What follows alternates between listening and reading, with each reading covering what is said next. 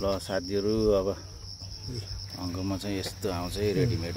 यो चाहिँ readymade hook है यो रेडिमेड हुक हो सबै। तपाईको के चाहिन्छ माछा मार्ने यसै हुन्छ हौ। अब अल्छीलाई बल्छी भन्छ, त्यो अल्छीलाई बल्छी भन्ने मान्छे अलि ऊ मान्छे नै अल्छी हो त्यो बुढापाकाहरु के तपाईको हैन र। अब के चाहिन्छ ल हेर्नु यो हैन। अनि यसलाई चाहिँ चट्ट यसमा यसरी राख्ने हो, टक्क राख्नु। अनि फेरि यो चाहिँ रेडिमेड चार हो यो पनि। यो चाहिँ कार्प फिसहरुको लागि। अनि बिगेट भन्छ हाम्रो घन्टाउके माछा। टक्क यहाँ हाल्ने यसरी। अनि डबल गरे नि भयो, सिंगल गरे नि भयो, आफ्नो इच्छा है। चट्ट यसलाई राख्नु। अनि यो सिसा हो फेरि यो पालवाला।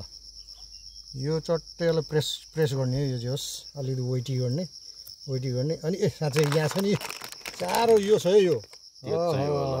यस्तो प्याकेटमा आउँछ पक्का तपाईको चाहिँ।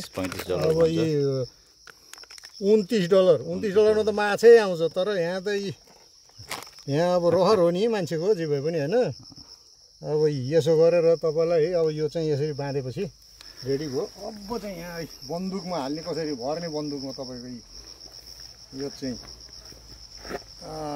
यहाँ चाहिँ अलरेडी यो चाहिँ अघि नै खिच्नुपर्ने। यो पनि सिसा हो हैन।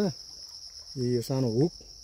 यो हुक चाहिँ यहाँ पाल छ। यो पालमा चट्ट छिराउने हो। यसरी छिराएर टक्क लाएर अनि यसलाई लक गर्नुपर्छ है। लक गर्नु भुल्नुहुन्न। फेरि माछा लिएर भाग्छ फेरि।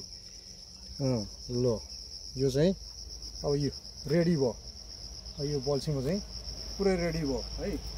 रेडी भएपछि अब तेर्साउनु पर्छ। अब यता खोलातिर तेर्साएपछि अब यसलाई चाहिँ हल्का यसो घुमाउने। यो चाहिँ अनि माथि ल्याउनुपर्छ। अनि यो ड्र्याग तपाईँको यो ड्र्याग भने तपाईँले चाहिँ टक्क यो पोजिसन है।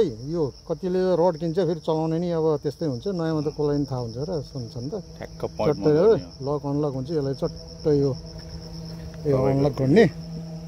यो चाहिँ यसको सिधा हुनु पर्यो। यो जहिले पनि हुनु हुँदैन। सिधा भयो भने बल्ल तपाईको अनि टक्क यहाँ ल्यायो।